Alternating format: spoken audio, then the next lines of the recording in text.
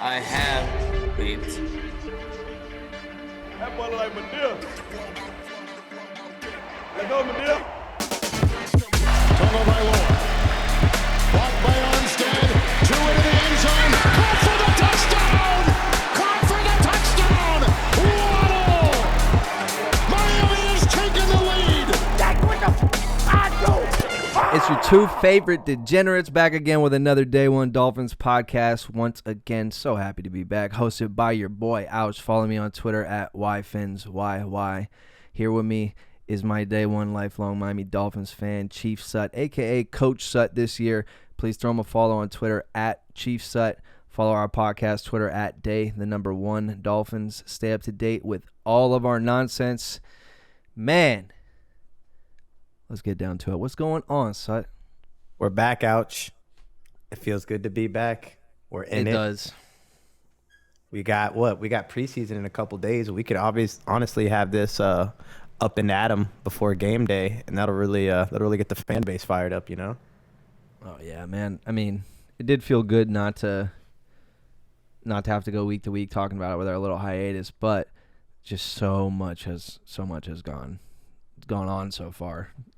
I mean, since the playoff game was the last time that we spoke, so Playoffs, yeah. Hopefully we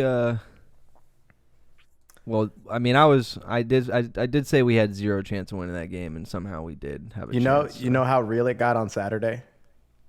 Oh man.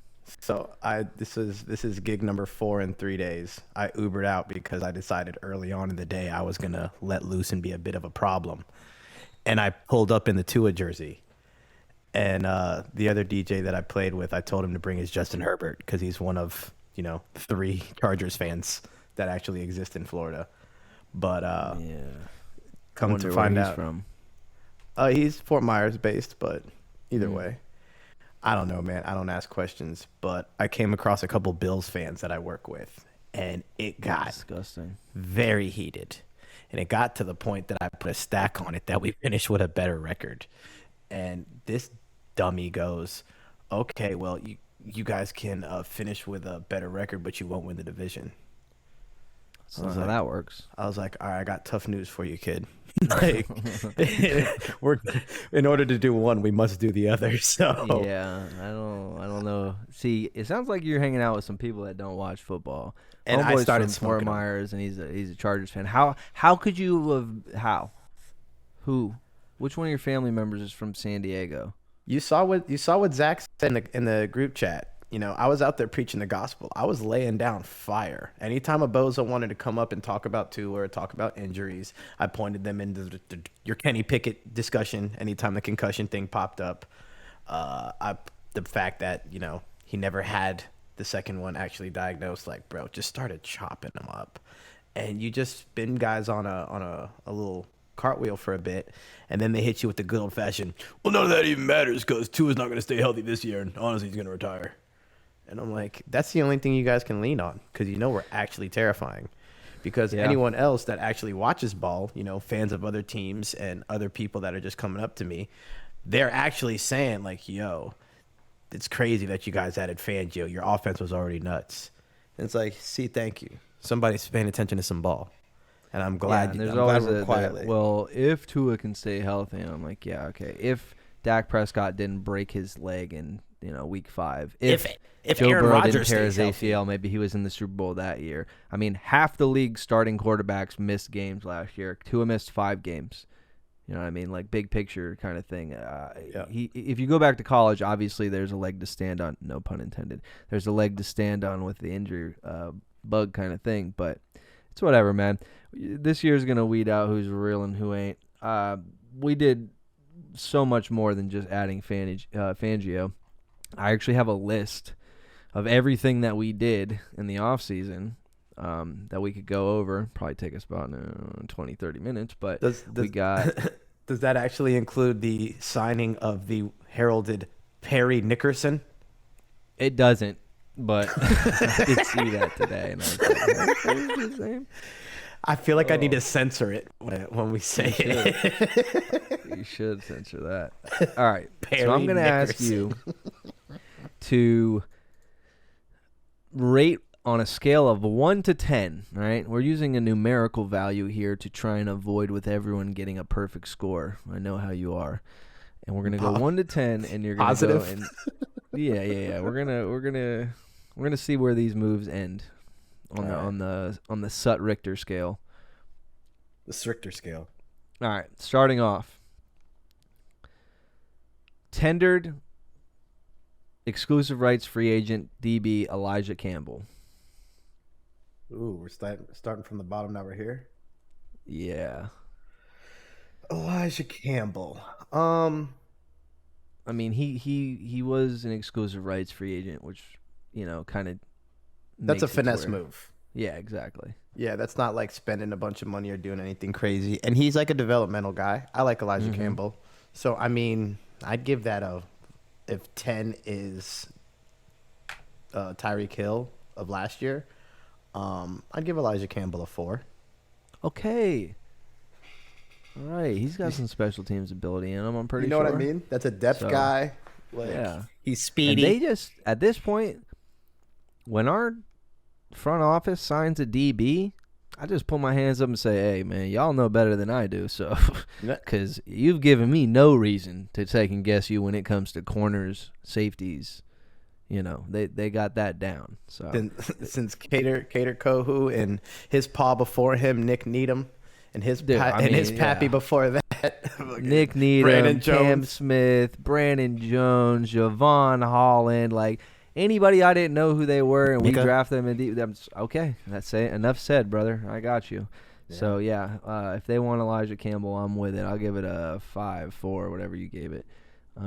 Next move would be releasing tight end Cethan Carter. I don't even have to say anything. If it's your first time listening to this podcast, I'll spare you my rant. If it's not your first time listening to this podcast, you already know how I feel about Mr. Carter. So what do you give that on a scale from 1 to 10, releasing our boy? For you, I'll give it a 10. It's definitely a 10 for me. I'm sick of his face. Yeah, for me, it's a 5. I'm indifferent about him. I liked him for a second just because that's a really cool name, and he had a pretty cool, build. But, he's cool. He dropped that ball, and then he got concussed, and his concussion lasted the entire year. No one told him to retire, but it's besides the point. I'll give that a maybe an 8 for happiness of him being released. Yeah. You needed that. Yeah. It gave me some hope. Yeah. Now I don't have to go on Twitter and complain about the team every day as if that's my personality.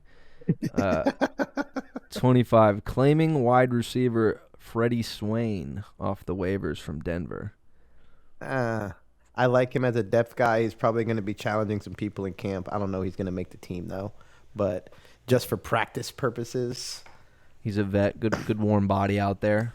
Honestly, I'd give that if Elijah Campbell was a 4, I'd give that a 4.5, even though Elijah Campbell has a better chance to make the team. I think Swain's going to just push people like Elijah Campbell and other people. He's a polished receiver. He would make a lot of other rosters if they really He was on our practice squad at some point last year. Yeah, and I remember him from back in the day. So, in Seattle? He's clean. So, I like it, but, he's not going to make the team. All right. What do you give it? Yeah, I give it. It's such a non-important move, in my opinion, just specifically because of our wide receiver room and the state of it. Even the guys that aren't going to make the team, I'm happy with that we have in the room. So, I don't know, 4, 5, whatever.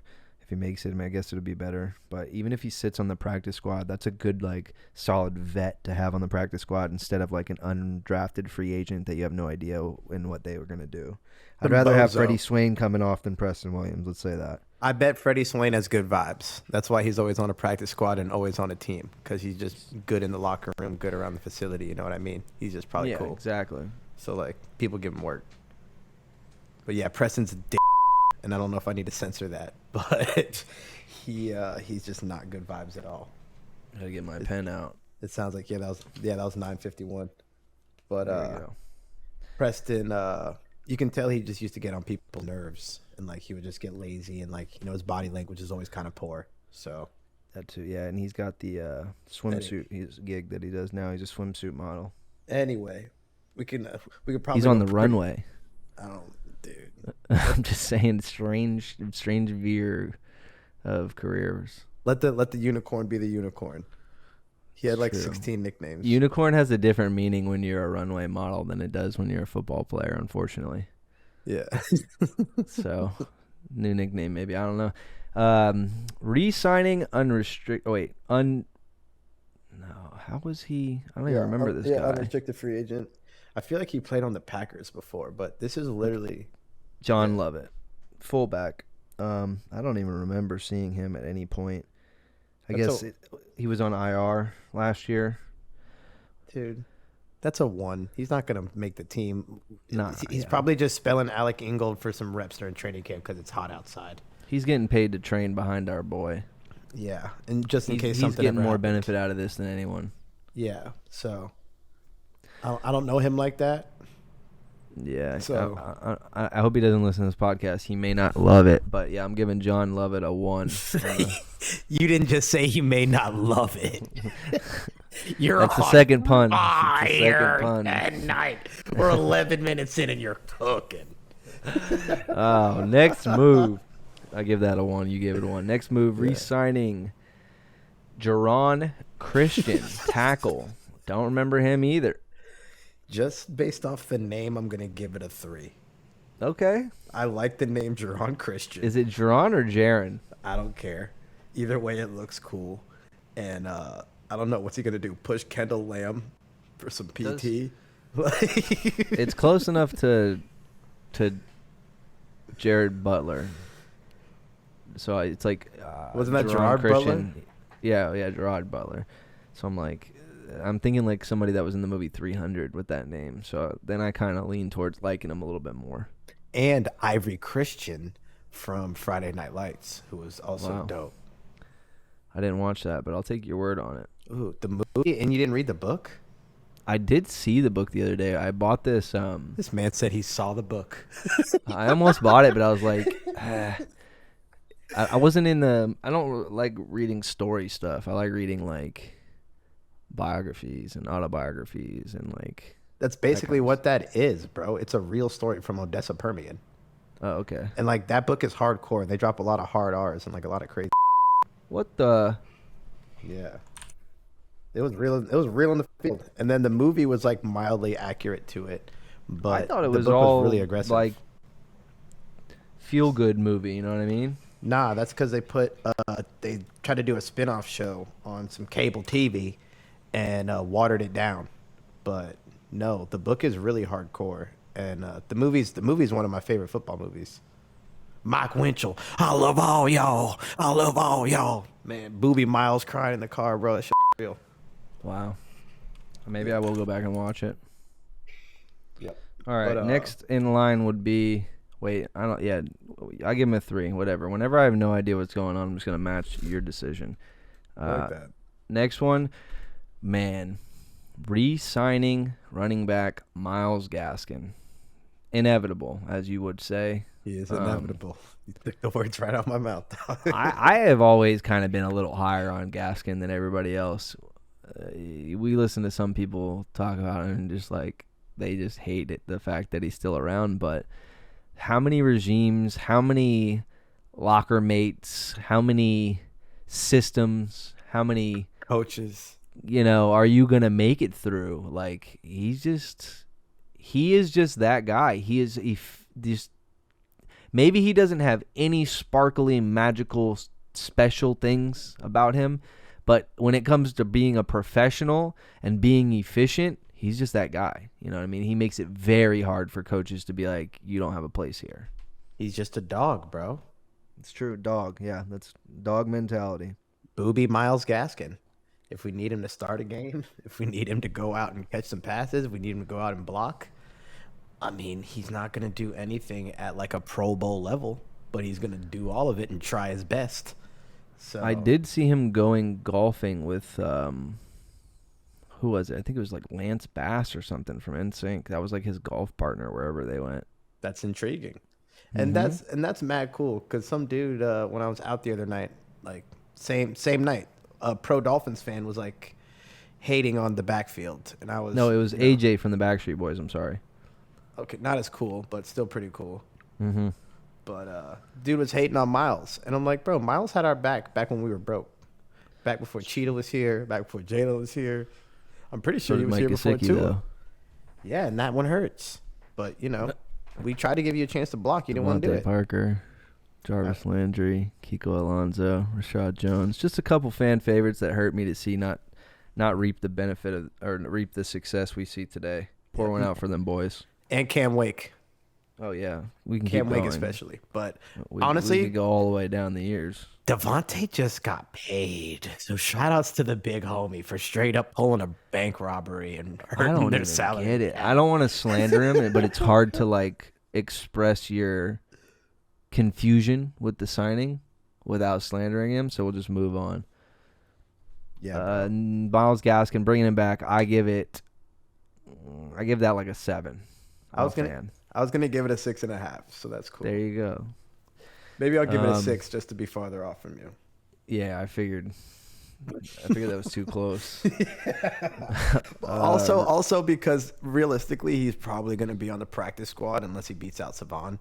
But it's cool. You know someone's going to get injured, and you know he's going to have his touch. You know it's going to be 2 weeks before the playoffs start, and we're going to need to make the playoffs. And everyone in the running back room is going to be hurt, and we're going to be like, dang, can Miles Gaskin do it? And you know he's going to do just enough. That's how it's going to go down. Yeah, bro. I'm absolutely with it, though. All right. How are you feeling about re-signing tackle Kendall Lamb? The highest we can go is 10, right? Yeah. Okay. I give it a 6. I mean, there's no way I can give it higher than Miles, but he could realistically start, and he wasn't terrible. In the half a seconds that he was playing, he popped up out of nowhere, like literally off the street one day. We had no clue who he was, and then he started a couple games, and it's like, oh, Kendall Lamb, he's here. Yeah. So I respect. I want to not make the same mistakes that I made last year on this podcast, because we had like a swing tackle that we just signed out of nowhere like 3 or 4 different times because of the injuries we had last year. Mm-hmm. And I feel like almost every single one of them, either the first or second game that they played a great game. And then either they got injured too, or, something happened, but they get you. You know what I mean? They really get you going. They make you think that they're better than they are because they had one good game. And that's what it looked like for me. I think he got injured. Yeah, he got injured in the Week 17 game versus New England. He was like the guy that we saw after the injury started happening to our offensive line, where we had that feeling. We're like, oh, he actually didn't do too bad. Maybe we do have a chance at running the ball in the postseason. And then boom, the game before the playoff, he gets hurt too. So, I'll give it a. Man, that's a tough one. I'm gonna give that one a 7 as well. I'm gonna give it the same as Gaskin, which makes it feel weird. I feel like I should have gave Gaskin a 6 and this a 7. But whatever, we'll keep it how it is. No takebacks. I think he's going to be important. I think he has a pretty strong chance to be like the backup swing tackle. Mm-hmm. And I think there's a very good chance that we see him start a couple games minimum. Against our will, absolutely. But yeah, definitely. Low-key underdog fan favorite here, re-signing Duke Riley. Big fan. Love the hair, love the vibes, love the girl selection, love the name. The name is just bold. And honestly, he's gotten better every year that he's been with us. He used to kind of be a little bit of a suspect in the passing game and a little bit suspect in the running game, but he did both kind of decent. But started off special teams in the Flores regime. And I'll say, really grinding it out. He's still good on special teams and the stuff that we ask him to do. He pops up making tackles downfield and stuff. So high effort guy. And again, just good vibes. So I like the Duke Riley signing. I'm going to give it higher than Miles, but still not anything crazy high. I'm getting a little bit more aggressive with my grades than the last time. We're ramping it up here. But I'll give Dookie a 7.5 Because you need guys like Dookie on a championship team, I'm gonna give it an 8. That's what I'm talking about. I just really think that he deserves it. I think he's a good depth piece in that linebacker room for sure. And I think that his progression, like skill-wise or career-wise, like is going to be a big impact for this team. That basically wasn't a strong group of ours going into this season or this off season. So the jump that he makes kind of replaces our need to either draft or sign someone else. So it's kind of a big piece. And the fact that he's a homegrown one who, dogged it out on special teams to get his shot is dope. And he clearly is a better linebacker for our needs than, say, Sam McGuavin, who we let go, or who I think he signed with, he signed with the Bills. Ew. Yeah, he signed with a divisional opponent, I'm pretty sure. Maybe the Jets, I don't know. But fun fact, Duke's only 28, bro. Yeah, man. Yeah, I love that. I love that for Duke, and I'm much happier with the linebacker room knowing that he's a depth piece. Yep. And that's the sub now over Landon. When you rotate those inside linebackers, you don't have to worry about E-Rob coming in. It would be Duke as first man up. Mm-hmm. Landon might be a little bit tougher in between the tackles. Don't make me do this. I'm just saying, Landon gets a lot of criticism, and he played a lot of snaps for us last year, and he made a lot of plays and had a bigger role than I think he should have been allocated. Absolutely. He made a lot of calls. He was the one in charge of the defense. It was a bigger role than most teams I think would have allowed him to be in, and he did all right. He wasn't perfect, but Landon, he was a thumper, man, and it's hard to find those guys. I was just about to say, Duke's not a thumper like that. I think he's a cleaner tackler, and he's a little faster, and he's less of a liability in the pass defense. Yep. And he's a little bit more disciplined with his job, but Landon plays that old school, he might, you might be able to get that first down on a Landon with a little crosser or with a tight end, lining up against him. But, boy, your first-string running back is going to feel differently about trying to get that 2 yards when a Landon thumps him back there. He's going to make him second-guess it, you know what I mean? So there's benefits to both play styles, and I don't want to stand for any slander. I'm glad he's on another team, and he's got a role to start over there, but if you don't want to stand for any slander, you should move on to the next person. Eric, I would love to slander this guy. Tight end, Eric Saubert. Yeah. Just what are we doing with the tight end room here? I kind of went on a little rant before the podcast.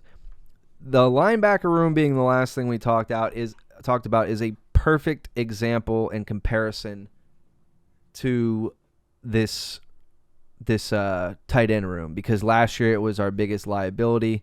Going into this offseason, after we got rid of a Landon, we got rid of, it was already weak to begin with. We get rid of a Landon. Jerome Baker, has struggled a little bit here and there, but it's just a really weak room, and we fixed that up, and it was still being our weakest position last year, I think, or one of our weakest positions, not as weak as our tight end room is in this year. It is in shambles. Mm-hmm. I can't remember a time that, maybe 2019, the tank year, is the only time that I can remember in recent history that there's been a position group that's been this. Wasn't that Jordan Cameron? Yeah, I mean. And I understand you don't like Durham. I love Durham. It's not that I don't like Durham. I like Durham. He hit the Dougie. We don't need a hit exactly. Bro. He hit the Dougie, and he scores tutties. That was the first thing that you texted about. You couldn't even contain your excitement when you saw him hit that like a robot. Durham, whoever Mike Gesicki learned to gritty from also taught Durham how to Dougie. Yeah, they taught each other. That was the problem. They were in a big dance room with the mirrors. Just practice. Yo, you see this? Yeah, it looks fire, bro. Yo, you're gonna kill that, bro. Yo, rip that. Nah, but I just love the idea of a tight end that's gonna block, and when you do throw the ball to him, like on the Dougie play, like on his other touchdowns and the other times he gets it thrown to him, he's got steady hands. You don't need an all-pro at tight end, because if you do, let's say you have Travis Kelce on this team or Kittle or something like that, that's another mouth to feed that, yeah, maybe they might not say too much and they'll just, block and do what's best for the team. But that's not always going to be the case, especially when it's a high-flying offense where the receivers are, getting big plays. It's going to be a lot of mouths to feed. That's a lot of egos. I like having the egoless, almost nameless tight end, how we used to have the no-name defense and all that crap. But I like the chill vibes. He's going to block. He's going to do his job. He's not going to demand a bunch of money. He's going to do what he's supposed to. Now, this Eric he's in Sauber 9 dude, spots. I don't know. And like we said pre-show, he's probably, out of starting tight ends, he's probably 32nd in the league. No disrespect. There's plenty of guys better than him. He'd make a sensational tight end too. But, that's not where we're at right now. I think he would be he's a great tight end too, but to have him as your starter says a lot about the status of your tight end room. But how about you? How about y'all worry about our 6 wide receivers that we're about to send at you guys every week? Yeah, I just hope that he doesn't get injured. Like, he'll be fine. Because of how good our wide receivers are, Durham Smythe will be fine out there as our tight end 1. But the day that he's not able to go out there and whoever's up next, and it ain't going to be Eric Saubert, who we're supposed to be talking about right now. I give this signing of Eric Saubert a 2. Yeah. 1 because I wouldn't give it a 1 because I'm not ever right about anything, but I'm giving it a 2 for how I feel. I like the disclosure there, but yeah, I'll give it a 3 just because tight end is thin behind Durham, and if this is a guy that can understand the offense, that's a big plus, and that's something that we need. And I trust our tight end coach; he knows what he's doing. Was it Embry? So. Oh yeah, love him. Pretty sure he's probably why the streets are saying that Eric Saubert is getting yelled at at practice and training camp right now. Damn, streets is talking, huh? Streets are talking. Dang, it's not a good look, but it really ain't. You know who they're not talking about getting yelled at and kicked out of practice? Dan Feeney? Durham Smythe. Oh yeah. Durham Smythe, but he's in 8 more spots from here. We'll get there. I mean, we already did our Durham Smythe, but we'll get our numerical value for the boy. I wasn't having it. Yeah, well, speaking of not having it, there's a man on our team who I think he played for the Jets, but he looks like he drives a 1989 Dodge pickup truck and only drinks Budweiser out of a can. Guard Dan Feeney with the mullet and the mustache. I know you're not a fan, but he's only a guard. So what could you really rank it? I mean, I was talking to somebody the other day. Let me ask you this. What do you think the easiest position is on the field as a starter? The easiest? Of all the football positions that you can do. I guess we could do offense and defense if you want to split it up. But what's the easiest? Not saying any of them are easy. In a general sense, I don't want to disrespect the game or players or athletes in any sense like that, but comparatively speaking, you know what I mean? If you had to choose one that was the easiest, what would it be? It'd probably be guard, especially if they don't have to pull that much. I was going to say guard for sure. Like, maybe you get with a coach who trusts you and, they pull you in some zone scheme or something, but I think it's got to be guard. Yeah, and honestly, I don't care that he plays guard. I do not like the stash. I do not like the hair. Dudes like that get really annoying mid to late season because they just get old. Wow. So. I'm not going to send you a picture of my mullet and mustache right now, but when you see me, you'll see me. Yeah, no, you're different though. You don't count. You're not one of these ones. You know what I mean? Are you bumping Morgan Wallen now? You're one of the good ones. Yeah, we like you, brother. Trust me. Oh shoot, man. Yeah, I'm gonna give the Dan Feeney signing a 4, just because like I don't. Why did we draft Michael Dieter? Who does Michael Dieter play for now? You know what I mean? Like, why did we draft? Like, I don't even know who Liam Eichenberg is supposed to be a guard somehow, right? Like, don't even get me started on him. It's a 4. What do you give Dan? 2.5. Wow. What if he was bald with sunglasses? 4. Okay, so And Michael Dieter's on the Texans. see you, Didi. See you later, big dog. I'm glad that we groomed you and you played 2 snaps for us for 4 years. He's going to take off with the Texans. They're not going to tank. They're going to come out and like try to compete for the division and win. He's going to be an all-pro player. Dieter's going to be a stud, baby. We already know. Him and Tunsil are going to carry the Texans to the Super Bowl. Love to see it. Tunsil deserves the world. I love him so much. Thank you for all you've done for the city of Miami. Facts. Next signing, Jake Bailey, punter. 0. Oof. All right, we'll give it a grade that you would give it knowing that we had the option to re-sign Thomas Morstead and didn't, and then give it a grade as if we just didn't have a punter and needed to sign one. Okay, 0 because we could have had Morstead. And if we had no punter, 4. Really? Because, yeah, he was raw before. But I really don't like the idea of getting a punter with back problems. I would prefer to have, like, you know, maybe some young hotshot punter that we can, like, develop and figure out like we've done a million times in the past. But, Gotta be careful. They got rape accusations going around for those type of guys. Okay. Yeah, well, I don't want the ones that the Bills draft. You know, that's the kind of culture the Bills want to get after. I mean, that's their prerogative. Crazy in but Buffalo. That's not what we're about in South Beach. That's not what all we're about down is negative propaganda about Buffalo. Yeah, and also pro Tua content and pro Christian Wilkins content because the world needs more of it. But I wish Christian Wilkins was on this offseason move list, but he's not. It's coming. It's coming. But I really liked Morstead. He was jacked. He was old. He was bald. He was really good vibes and posted really like wholesome Instagram posts. Like, all my criteria is for athletes that I want on my team. Jacked, old, bald, check. I like Jake Bailey signing. I don't understand letting Thomas Morstead go unless maybe I don't know, unless maybe he was demanding a lot of money. But I don't think Jake Bailey has like a back problem. I think he was just hurt.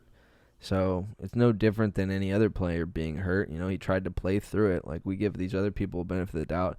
He just hurt his back somehow. So ironic that Thomas Morstead's older and didn't hurt his back, but I think it'll be all right. There was a couple games that I'm pretty sure Thomas Morstead bailed us out of entirely last year, especially that Bills game that we won. There's no telling if we win that without him, but it's all right. Jake Bailey's no scrub, so I'll give it a 6. Well, whatever. Could be worse, bro. Could be someone we've never heard of that we have to just wait and see. At least we know Jake Bailey's like started for multiple NFL teams. Yeah, I'd rather wait and see because then I just like I have no expectations. You know, I just expect him to hurt his back on his first punt, and then we have to get through a game with no punter. Like, no, thank you. Yeah, I mean, Jake Bailey's 26. Okay, well, I'm about to be 31, and if my back hurts, I can't punt. So I completely understand if like. He also hasn't played for multiple teams. He only played for the Patriots, and I'm an idiot. No, well. But he went to Stanford. He's got to be smart.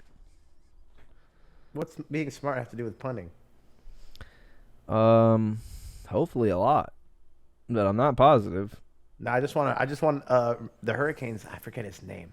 He transferred though. They had this jacked Aussie that would. I know exactly who you're talking about. Yeah, and he's tattooed and stuff. Yeah. Yeah, that. Yeah, we can do that. We'll just. Yeah, if it's not Morstead. I'll DM him after this podcast. What happened to the homie Matt Hack? Anyway, bro, like we just so many punters, so many ballers. But all right, speaking of re-signing wide receiver River Craycraft. 7. Yeah, I'm giving it. You know what? Let me look up his contract. Yeah. Just so I can give it the number I want to give it. So while you're doing that, I mean, for anybody that's a previous listener, we were hollering and hooting about River Craycraft last training camp early. Yep. Very We early. said, who is this white guy moving like that? Yep. Then we had Pat come on the podcast, talk about how he looked in San Francisco, talk about how he was a guy. They just had bodies over there already. Like, we let y'all know about it. We had to dig into him, and we dug into Trent, and we told y'all they were going to at least do something in the season. And River dropped a couple tuggies on him. Real smooth, like. So They had him on the practice squad. Yeah, and They elevated him 3 times in the first 3 games and then had to bring him up to the regular roster because they were like, geez, like, this guy, he belongs up here. This guy is Jordy Nelson. Let's just keep him on here with the speed guys because he's a problem in the red zone, and we don't really have a body for the red zone, you know? Gesicki should, but for some reason he's kind of not.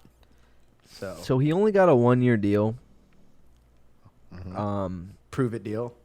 Yeah, let's see. And make the team deal. He was drafted to Denver in 2018, played there for 2 years, then gets signed by the Niners, bounces from the Niners to the Eagles, back to the Niners. And then, yeah, so 1 year, the cap hit's less than $1 million, $965,000. Damn. I'm going to give that an 8. I like it. Less than $1 million for that dude who has been nothing but reliable. I don't care what he looks like. I don't care what people think he is. I don't care if he was in the practice squad 2 years ago, 3 years ago, whatever. He made a difference when his number was called. That is a great depth piece, especially someone who may be content sitting on the practice squad knowing that he's going to get his shot. Like, just honestly, it's unfair, I think, to have practice squad players that are going to remain loyal to you like that can come in and start at an adequate level. At the drop of a hat. And let's just all take a moment to shout out that name. River Craycraft. That's the name that Dan Feeney wishes he had. Yeah, I have a nephew as of like a couple months ago named River now, and I call him Craycraft, even though, you know. Shout out Junior not. River. No, Yeah, I call him Junior Craycraft. All right, next move. Outside linebacker Malik Reed signed him March 20th. That one I believe was a pretty cheap deal as well, right? Like it wasn't anything crazy expensive. Yeah, he's a Vic Fangio guy, so I think, you know, that's always kind of a good look whenever the coach that's coming in knows somebody's going to trust, because that's how we got River Craycraft. That's how we got Trent Sherfield last year, who was a big contributor. That's how we got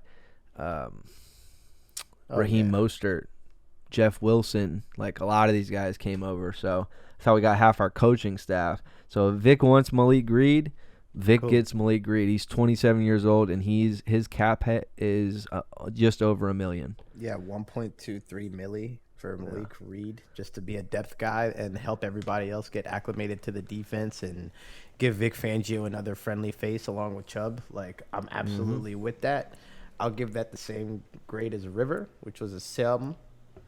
And I can completely respect an 8 on either of those, but I'm trying to give myself space for some of the other ones that I think are a little bit higher.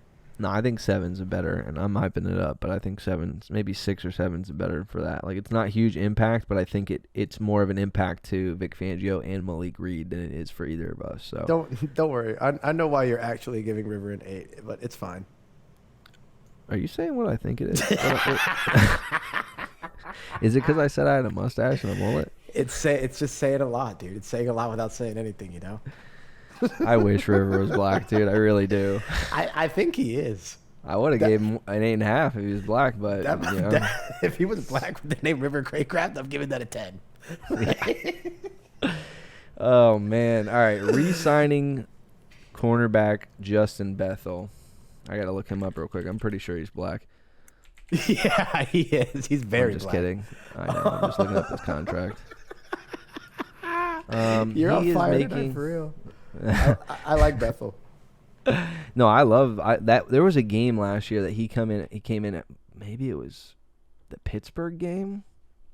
I don't know what game it was, but he came in last year and he was like, I don't know, like our sixth DB on the depth chart or something like that. Like, wasn't even playing practice squad, wasn't even playing special teams in the beginning. I'm pretty sure. Came from New England. He was a He's 33, bro. He's been out here. He's played for quite a few teams in 12 years. He played for the Cards, the Falcons, the Ravens, the Pats, and then us. And yeah, that interception was versus Steelers. Just so not even like the interception. He was sticky, man. Like, he really came in and did his thing. Like, when you come off the bench like that with so many injuries, like 4 or 5 corners are out now at this point, usually it's going to be an embarrassment. Usually it's going to look how Noah Igbenogany looked 2021 against the Jaguars. You know, like, usually it's going to be a huge gap. Or, like, remember that game against the Niners where their corners were injured and Devontae Parker and Ryan Fitzpatrick just went to town on them? Usually you get abused like that. Well, this guy, Justin Bethel, comes in who's like, you know, just a special teams player in the NFL pretty much.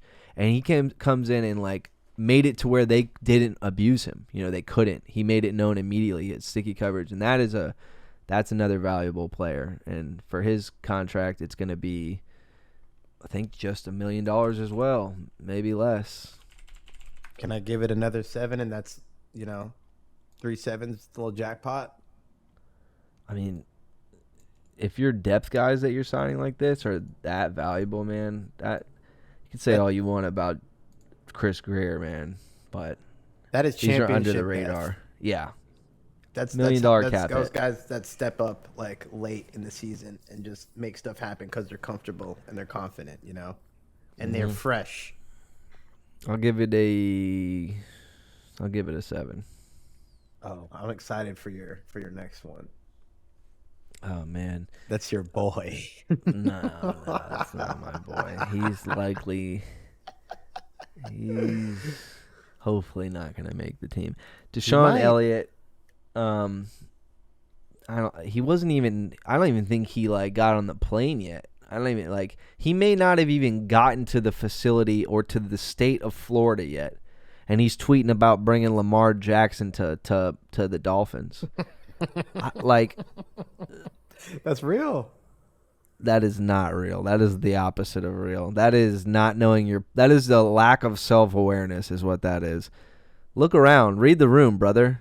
This isn't like, you know what I mean? He didn't know what was going on in the time. The forest fire of what picking to defend or criticize Tua, that was Miami Dolphins fan base. So he didn't know the climate down here yet when he decided to say some stuff like that.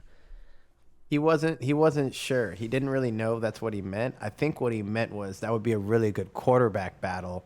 Iron sharpens iron, and, you know, he would still get to hang out with his boy. And Lamar's like, mad cool. So, like, Lamar and Tua, maybe we run a little 2 QB. Man, that was a really good job at you making sure I didn't spend too much time arguing with you. You did really good. I would gladly move on. Deshaun Elliott, 3, almost a worthless signing. Nah, that's not true. I give it a 5.5, maybe even a 6, because he's gonna be on special teams. And right now, Right. he's the I'll give him a backup. 4.5 because he's not white. How about that? Well, that's even better. If that's the only reason you give it to him.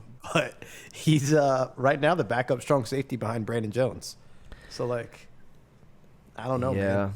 I like that. That's a quiet move. That's not that bad. Even though he needs a social media manager and someone to take his phone and, you know, whatever. Yeah, but. no, just like you're about to go play with the dude every day. This, you know, No. like he just didn't think it through. Like you can say whatever you want, but you also don't like sign a contract with a team and then start going in on your political preferences online the day before you get there either. You know, some things you just keep to yourself for a little bit. Like, Nah, if Your I got opinions.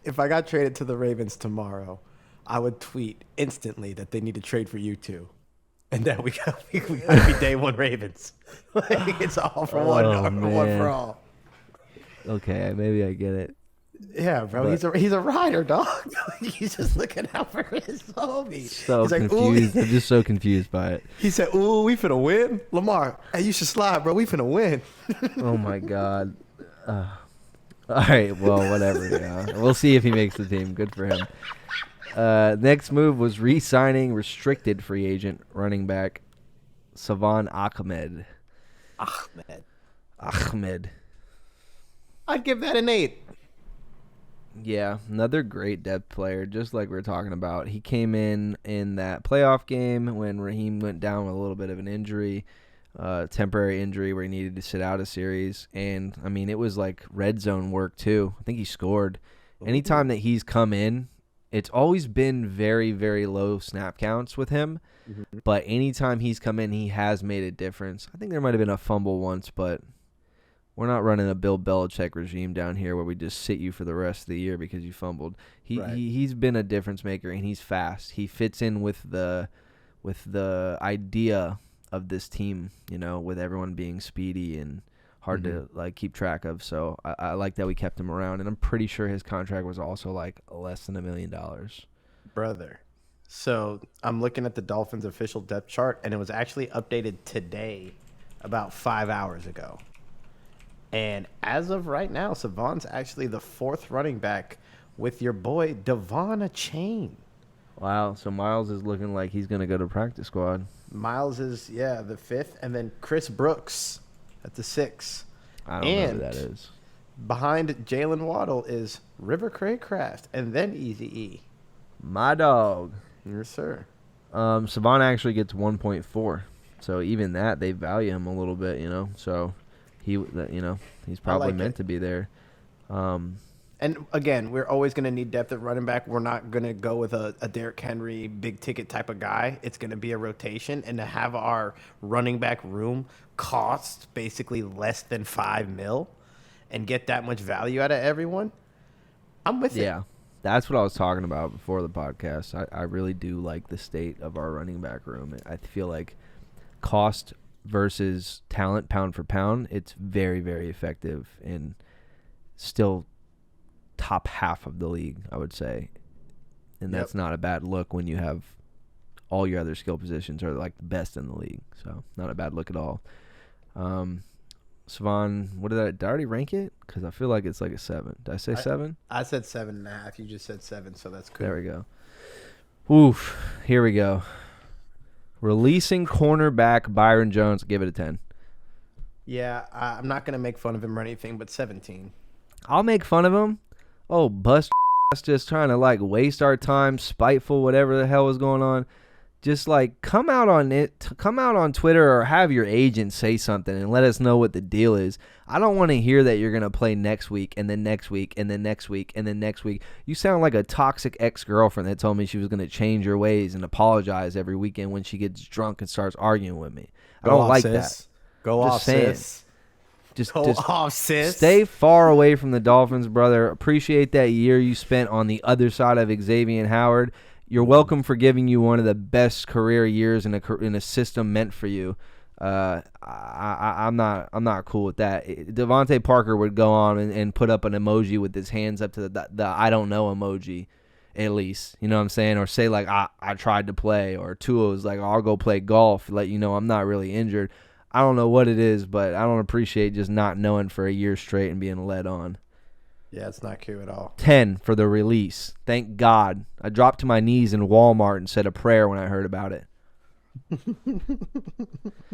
Next move. We already touched base on this. Signing tight end Durham Smythe to an extension. All right. I don't even remember what we gave Durham. I don't even think he makes $1 million a year. Nah, I don't believe that.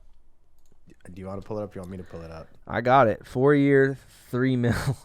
Thank you. Wait, we give him a 4-year signing extension? That's what I'm saying. So I'm going to give that one a 10 because that's an excellent signing for your starting tight end who's going to be the tight end 2 next year once you draft the best tight end available. Okay, and it's not an excellent deal for your starting tight end because he shouldn't be the starting tight end. He's only starting this year, and it might not even last this year. You don't know who's going to go up on the trade deadline, and we just snatch up some crazy. I want to see how much all the other tight end 2s around the league are getting paid.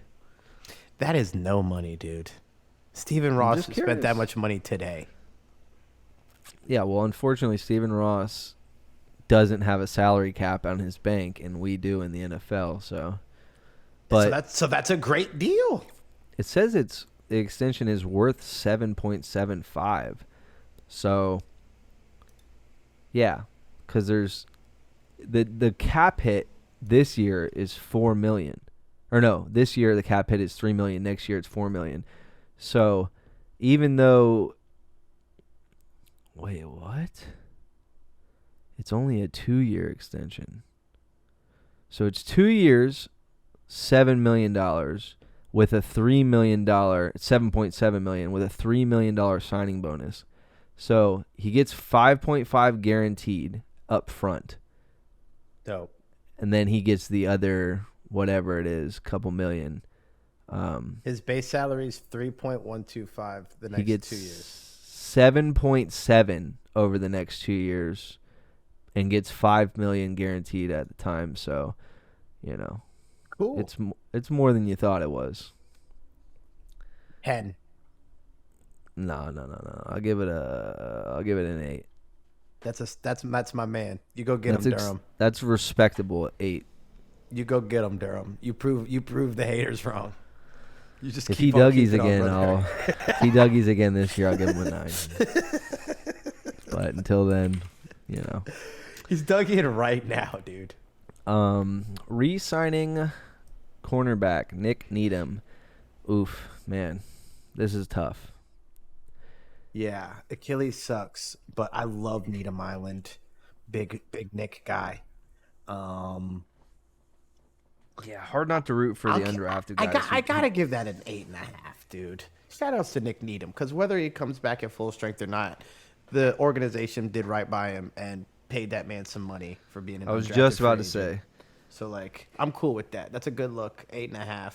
Whether he comes back at his all, you know, I'm not gonna say all pro, but all really good level, that'd be sweet. No, he was, especially out of the in slot. that dime package. He's great, or nickel package. I mean, he's great. But he right now he's behind Cater in that spot, and Trill's behind him. And I don't think that has anything to do with his talent.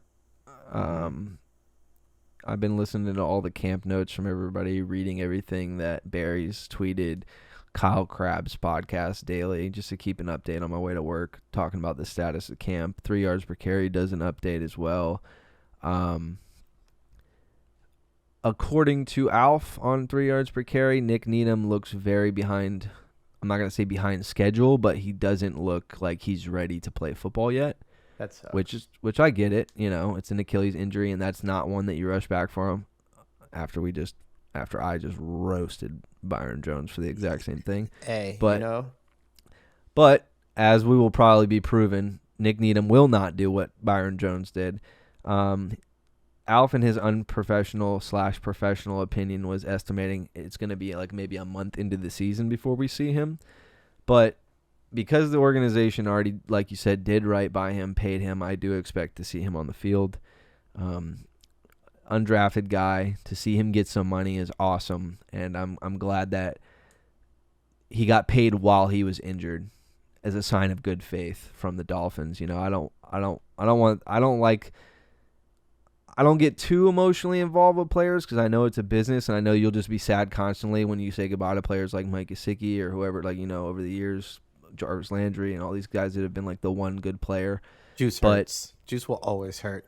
Yeah, because that was a spite move out of Adam Gase. But I will say that I don't want to be a fan of a team like the New England Patriots, who cut a guy the day before the Super Bowl that played for the season, played for your team the whole season, kind of thing. You know, like, Yeah. So in that sense, it's cool. Nick Needham, appreciate that guy. I'll give it an 8. Is that what you said? You said 10. I said 8.5. Durham's a 10. All right. 8. Perfect. Braxton Berrios. That's your boy from the University of Miami. What you got to say about him? That's a 9. 9? Yeah, I'm going to give that I'm going to give that, I don't really know yet. We can't really be sure on that, but I'm going to give it like a 7 for now. May I sell you on it? Yeah, go ahead. So he's more than likely going to be our starting slot and really cause some problems underneath and across the middle with and around Jalen Waddle doing the same type of thing. And he's only going to cost us $3.5 million, and he's going to return punts, and he's going to return kicks, so none of our other guys have to worry about that. We're getting all that in a friendly little package that looks really cool, and it's getting coached by Wes Welker. Yeah, what That's do you want, fantastic. No, his last name's Barrios, though. I'm just kidding. Yeah, he's only getting. And is he white? Yeah, the cap hit I don't 3.5. I don't like players that used to be Jets. First off, all right, that's why I don't like Chosen Anderson that much. Plus, he's a little shit talker. So. Yeah, good. Both of them are shit talkers, and that's Nah, kind of not like Chosen, brother. Not like Chosen. Yeah, Chosen's also, in my opinion, and this is no clinical diagnosis. I am not a doctor. This is not medical Bipolar. Advice. He is bipolar. Absolutely, positively. Okay. No question in my mind. Yeah. But he's raw, and he's really fast. But either way, I love. I think that Braxton. he was a 1,000-yard receiver or whatever. He'll be good. But anyway, Braxton, shifty. I remember watching him against the Jets. Didn't really watch much of him at the U. Raw. But on the Jets, he was a player that, you were kind of holding your breath a little bit on the kick returns. You were kind of holding your breath a little bit whenever you'd see someone that fast, low to the ground, and shifty get the ball in their hands. So like a jet sweep with him they were running, like you'd be holding your breath until you saw someone get that tackle on the ground. On us, I believe. They Probably. ran that on us, and he scored. And I was like, dang, it kind of hurts watching Brax do that to us. But He's fast. those feet are so shifty. And when it comes to like just straight up wide receiver play, he's a very, very fundamentally sound route runner, bro. Like that's I think they're exactly going what for we something need else. with. You want him over the top, or you want him for like little gadgets and bubbles and stuff? I think they're going to do the gadgets well, actually, we have Tyreek and we have Jalen Waddle. But I love the fact that we have somebody who's a genuine threat. You know what I mean? I mean, we watched Cedric Wilson take a kick return and almost score.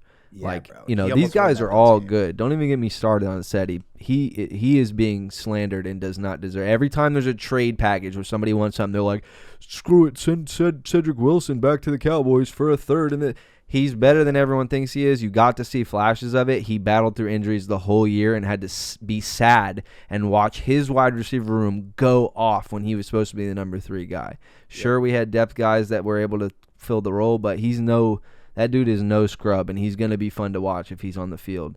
But as far as replacing the slot guy, Mike Gesicki, who's just a glorified slot receiver, and he was a tight end, with an actual threat like Braxton Berrios to complement the speed everywhere with Raheem Mostert, Devon Achane, Jalen Waddle, Tyreek Hill. Now you got Braxton Berrios. It is a nightmare, bro. Nightmare. So as far as a complimentary piece, I'll definitely give it like a 9. That's going to be huge, and I'll never have to be scared when I see Jalen Waddle line up for a punt return ever again. Or Tyreek. Yeah. And honestly, I think I'm going to call him Devon A-Train because he's on Compound V. A-Train. Yeah, he does. What was that? You ever see The Boys? Yeah, that's what I'm saying. He's A-Train. Okay. Yeah. Okay, exactly. Without the drugs. Yeah, well, Hopefully.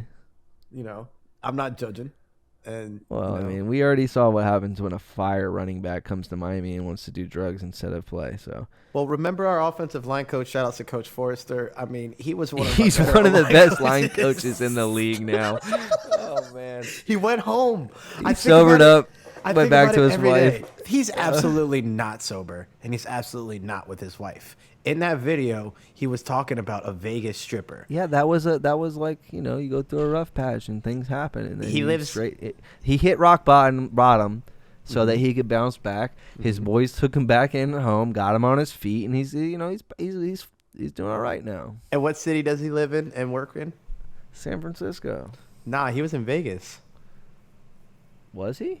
for like a half a second, I believe, under the Gruden regime. I think he's coaching Trent Williams up there, brother. Let me check. I was about to say, Coach is still off the deep end with that Vegas stripper. He went to the West Coast and everything. Y'all are crazy. He's still off that stuff, and he's still coaching his tail off like a boss. Yeah, no, he's San Francisco. He's been San Francisco ever since he left us. Oh, true. Well, that's still over there. And they're doing fine with him. God, So- his video pops right up. It's so So fire. he literally got promoted to McDaniel's former position.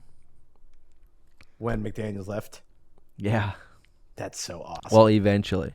He's the run game coordinator and offensive line coach, which is exactly, and he was a game planning assistant as well. So, like, you know, he knows he's been on offense for a while. I mean, the dude's been coaching football for like 40 years now. And still in the meeting rooms. He's 61, dude, and he was doing blow like that. That's so awesome. I don't condone that. And if any kids are listening, don't do that. But it's just hilarious to me that he actually thought he could do that and just get away with it. And that was just chill. That was, 2017? So 5 years ago. So he would have been in his mid-50s. He was having a midlife crisis, bro. Let the guy live. He probably bought a Ferrari or something. I am letting him live. That was the most reckless thing I've ever seen, and it fired me up. And then nothing ever came of it. It just got swept under the rug. Another pun. 3-piece. Yeah. Exercising the 5th-year option on quarterback Tua Tagovailoa. 10. It's the only move. Yeah, we talked about this a little bit. Yeah, I'm going to give it a 10. And before anyone how can you get that a 10? It's so risky. Oh, you guys are Tua fans. You guys are always just on Tua.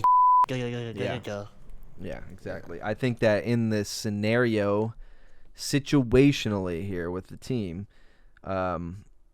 it's kind of you're stuck because you don't want to sign him to a 4-year contract right now or a 5-year contract right now and pay a bunch of money when you don't know if he's going to even be able to play next year given how people view his injury history.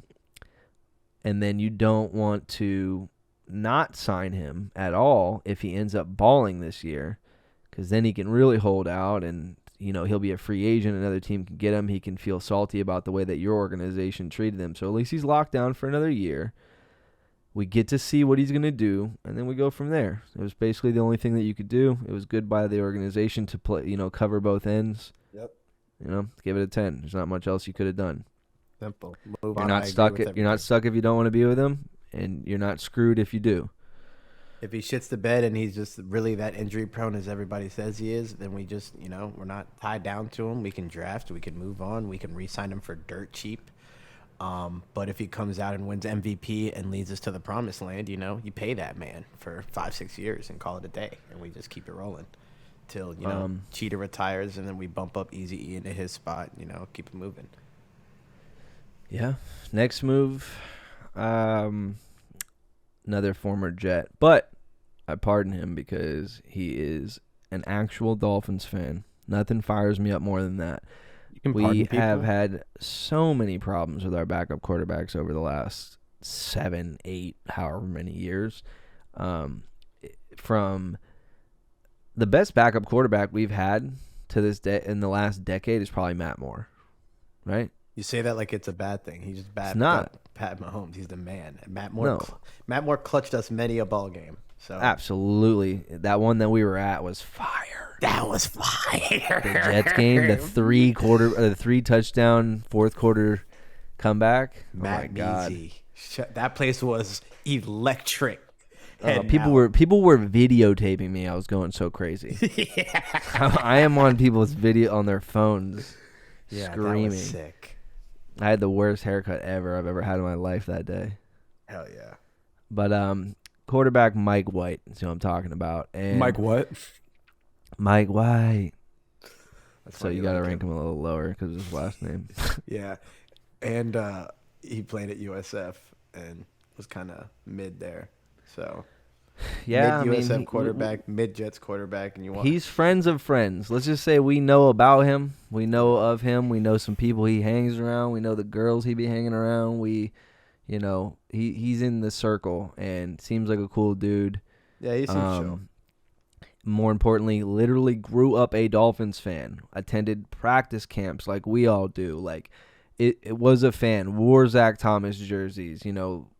That was Teddy. That, to me, you could say Teddy Bridgewater is South Florida, but you can't tell me that dude's just like a diehard Dolphins fan. That dude's just like a guy who's from Florida, so the Florida team makes sense for him to be a fan of, kind of thing.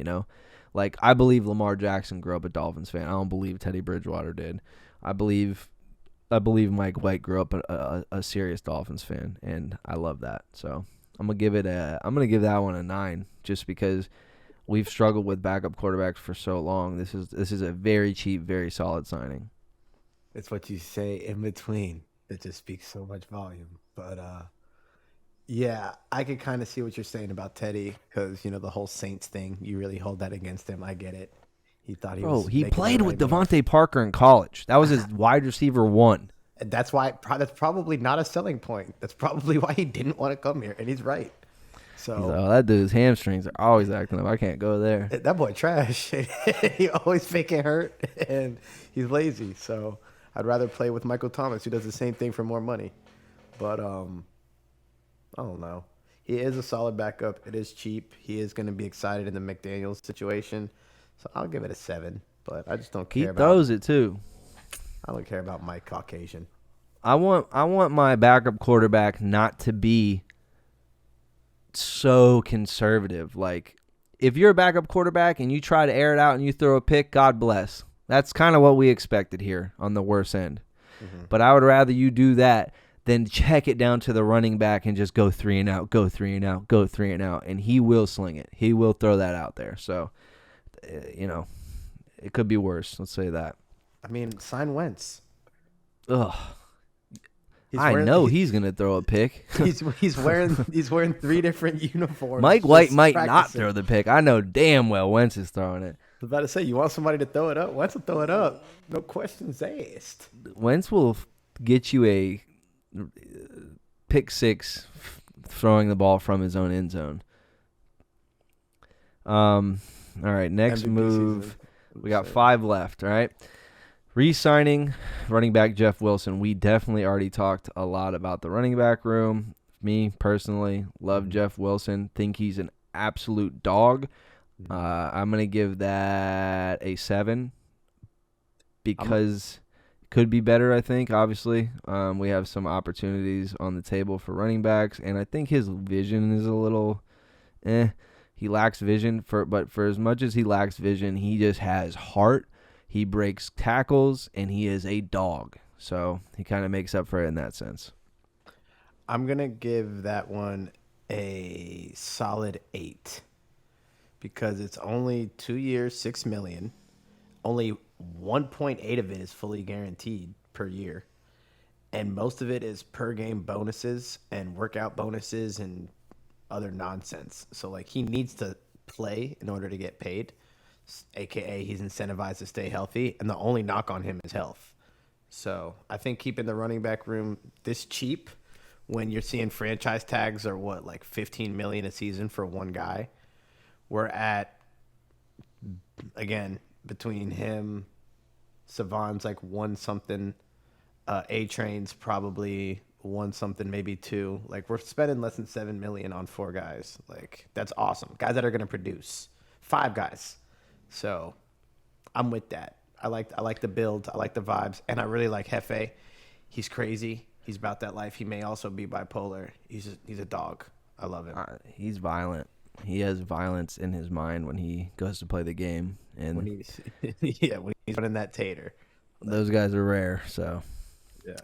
one of my, I guess the next 2 are some of my favorite moves that we've made.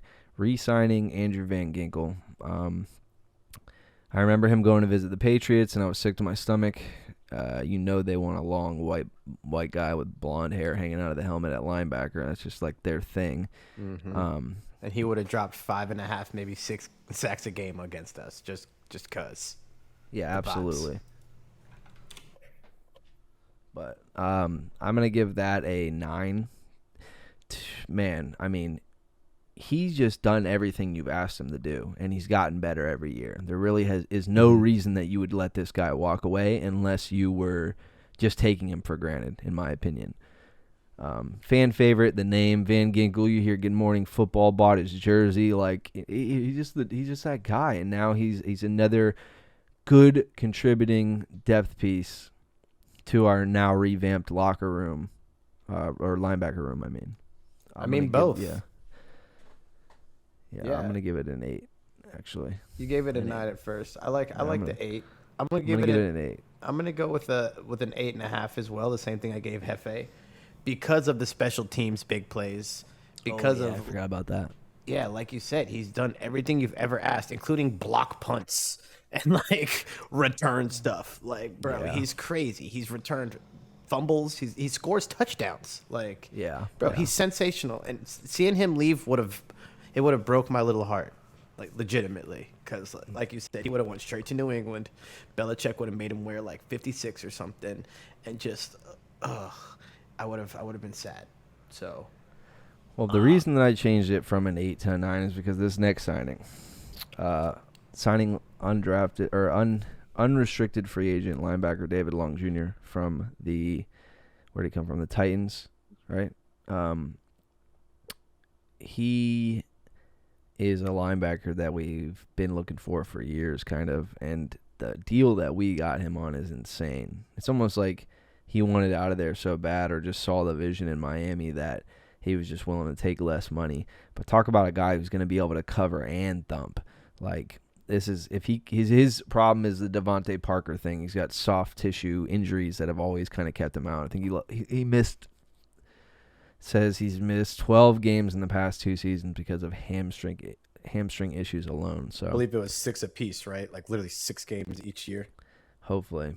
But he also was like the number 1 run-stopping linebacker in the league last year when he played. So just huge addition for us. Now to have him, someone who's fast, can cover the pass, not scared for contact, cover the run, get in there and do the dirty work. You know, we got 2 people like him. To have him on the other side of Jerome Baker potentially out there is you know, or even if they decide to switch those 2 out, it's just a really good look for us. It's the main reason that our linebacker room is no more an issue is that signing. Yep. I'll give that a 9. I'll go a little bit lower. I'll go see, but I can't.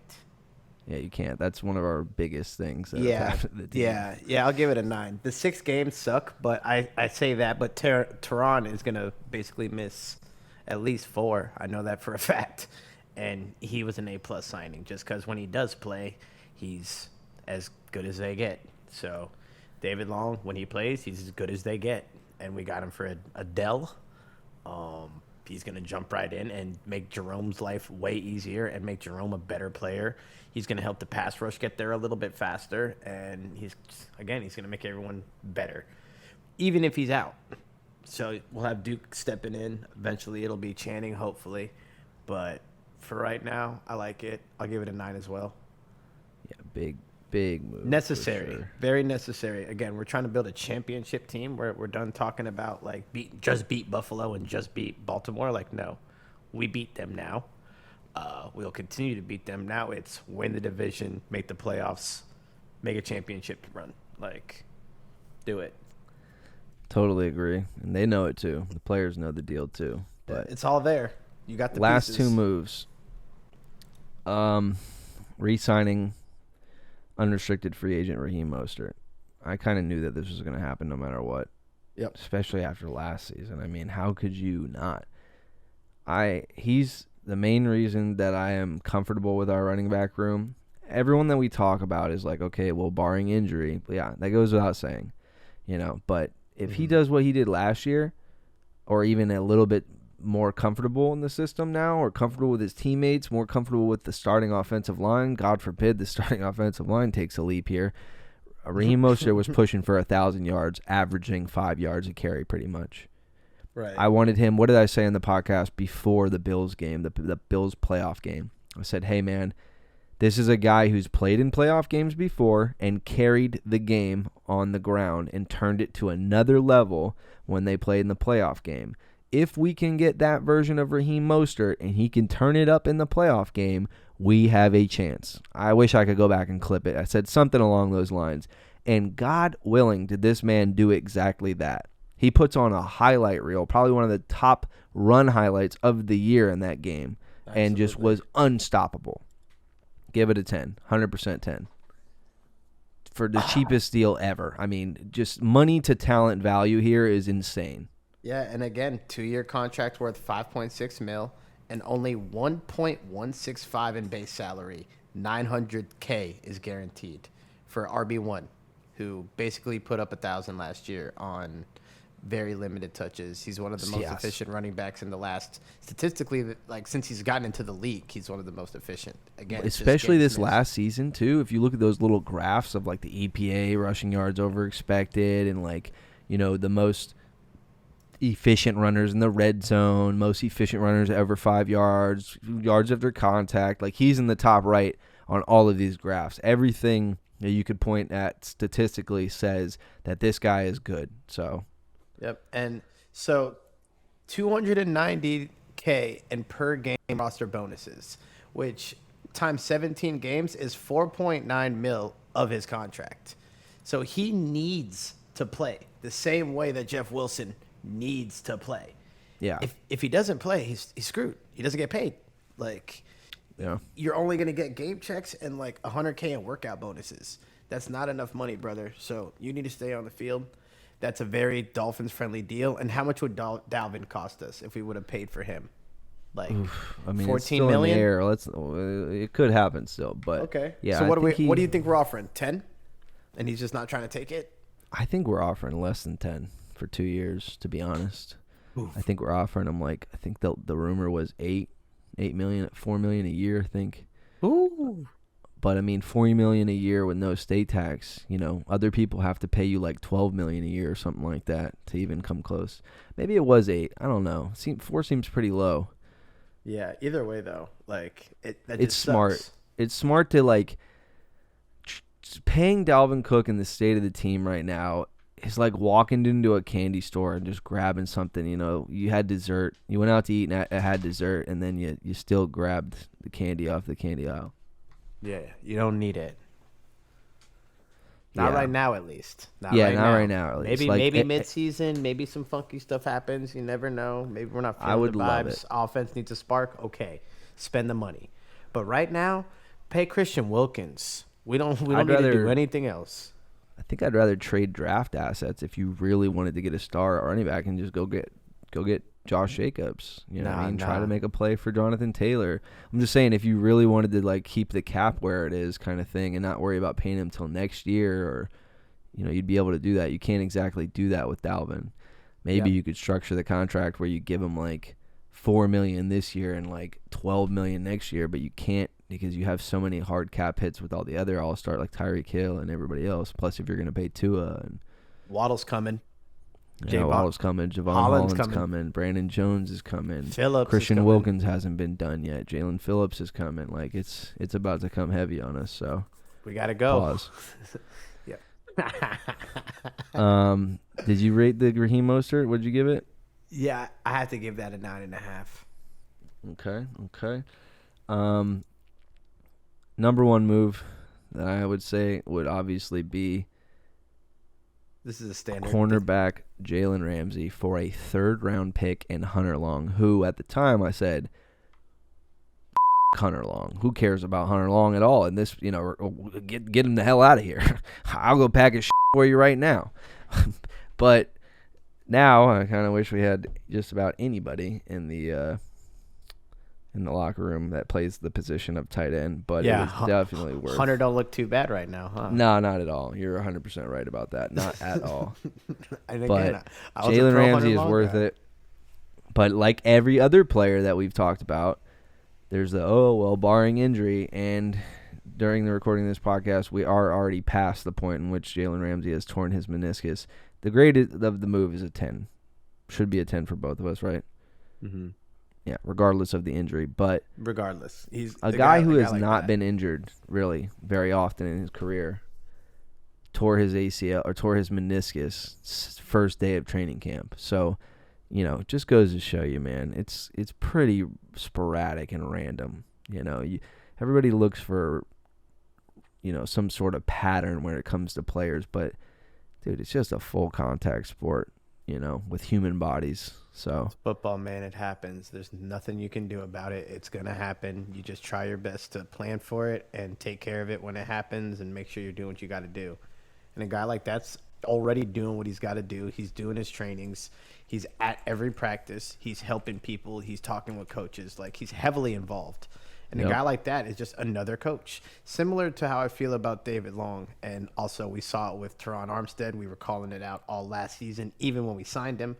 A guy like that is going to coach up all these young developmental pieces faster than the coaches alone. It's Do you just know what making his cap hit everybody's is life easy. this For year? Jalen? No. Jalen Ramsey. Sorry, we have so many Jalens. Yeah, you're right. How much? $2.9 million. That's cheating. And we got him for a third, and RIP the big homie, Big Hunter. I mean, we're stuck with him for sure for at least the next year. 2024, he definitely has to stay on the Dolphins. Yep. Especially But if we start winning. after that, your dead cap's only $5 million, so you could get off of him. So he's here for this year and next year, guaranteed, pretty much, and then there's wiggle room after that. If we got to blow it up, which I'm assuming we don't. Well, really not even have blow to. it up, We're not but going to have to. You know, we might not. He'll be 32 years old at that point, and he plays corner, which they naturally regress with age.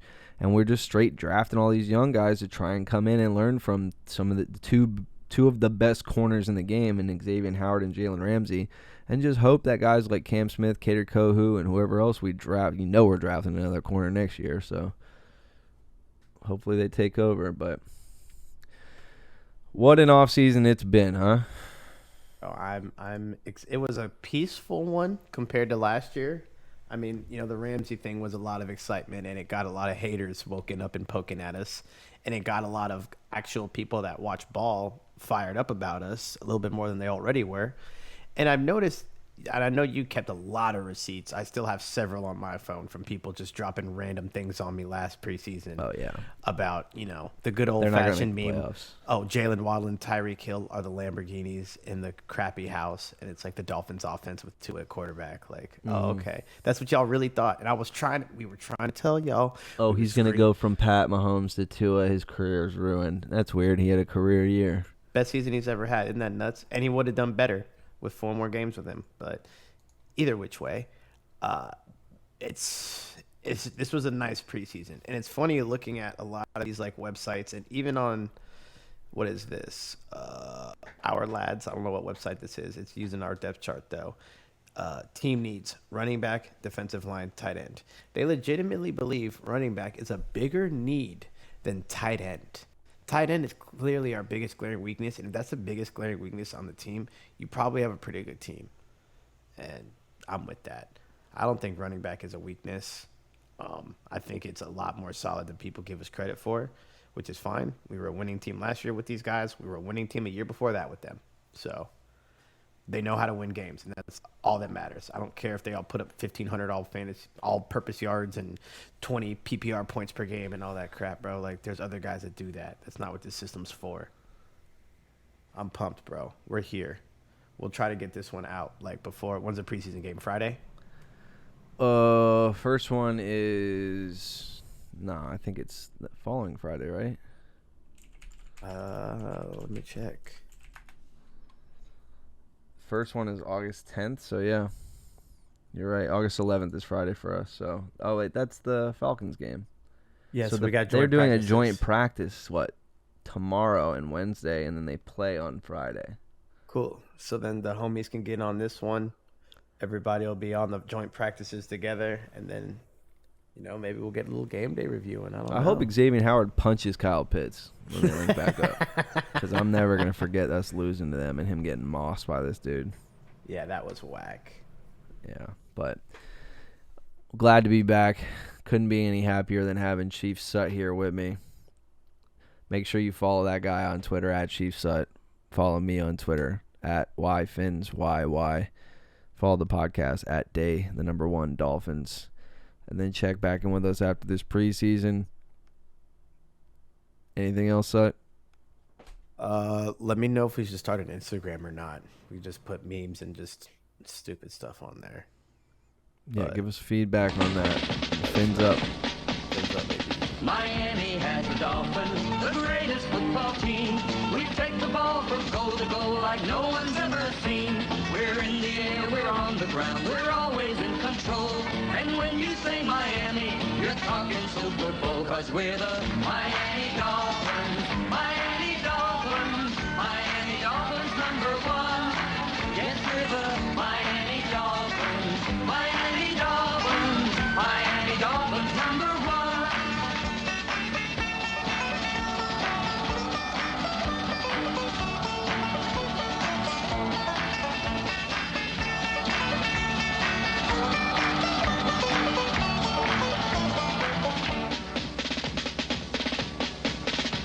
Miami has a Dolphin, the greatest football team. We take the ball from goal to goal like no one's ever seen. We're in the air, we're on the ground, we're always in control. And when you say Miami, you're talking Super Bowl, 'cause we're the Miami Dolphins. Miami Dolphins, Miami Dolphins #1. Yes, we're the Miami